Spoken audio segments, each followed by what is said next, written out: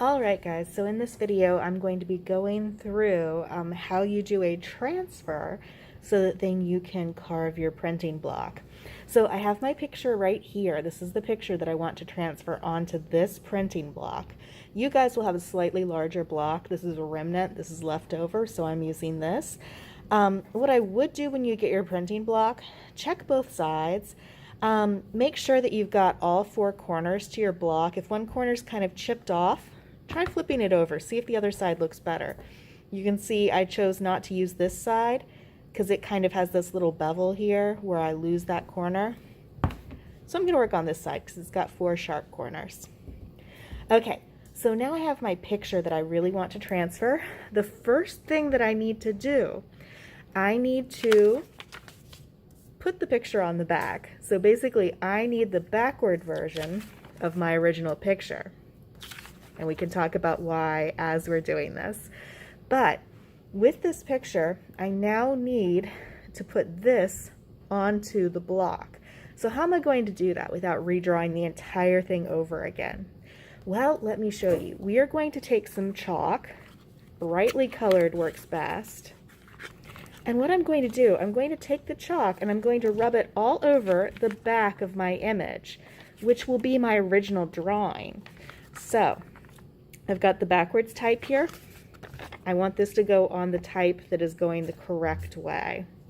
So I'm just going to coat my entire picture in this bright chalk. I'm using the side of the chalk to get really good coverage. And basically anywhere I have drawn lines, I want to be covering my picture.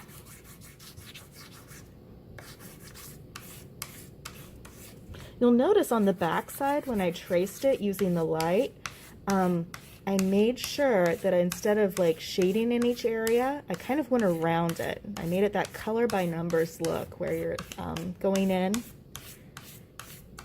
and you're identifying the different areas, you're tracing around them, but you're not necessarily shading them in.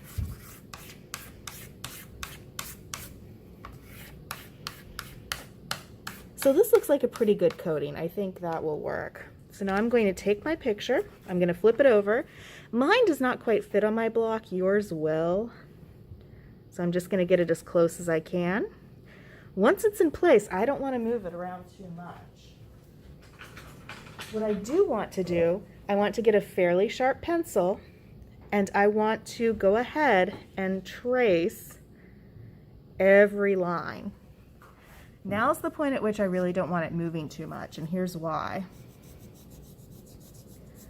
You can see I'm going over my lines, and then look what happens when I peel it up. That chalk line gets traced onto the block.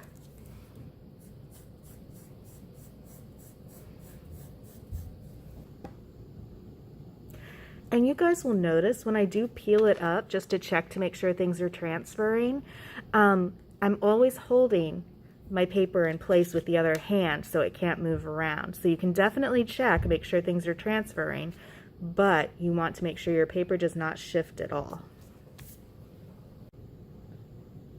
So now you can see I've managed to transfer in the chalk my image from here to here. My words are backwards, which I want them to be because, think about it, when I stamp it down, this needs to be backwards for my print to read the correct way.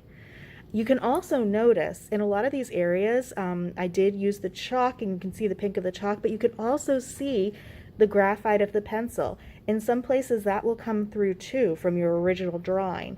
So that just helps you a little bit more to see all those lines that you're going to need. What I would do, however, is lightly go through and trace all these lines because as you work with your block and you're rubbing your hand across it, the chalk will get rubbed off. So making sure that we just really lightly go over these lines one more time. I know that's a lot of drawing. I know you've done this like 3 or 4 times now, but it just helps preserve your drawing so that when you carve it, you know exactly what lines to keep and what areas to cut out.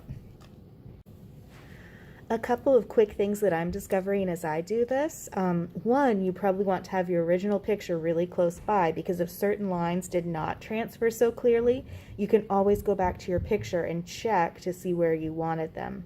Secondly, when I was tracing this picture onto the block, I was using a harder pencil, an H pencil, and that worked really well for transferring. But when I started sketching on the block, my H pencil was catching. It was just a little too hard. So use a pencil with a B in the name instead when you're drawing directly on the block. It'll just go a lot easier for you. So here's my final image, fully traced. You probably do just want to check it against the back of your paper, make sure you didn't forget any lines. I noticed, for example, that I had not traced this area of shading on the congressman's head, so I went ahead and I added that back in over here. Just check and make sure that everything has transferred, because this is what you're going to be using from this point on. If you do want to go ahead and lightly mark in what number each area is. Remember, we were referring to the darkest value as 4, and then working backwards from there. You can do that. That will help you remember what to carve out. Otherwise, we're just going to use our original picture to remember which areas we'll be carving first.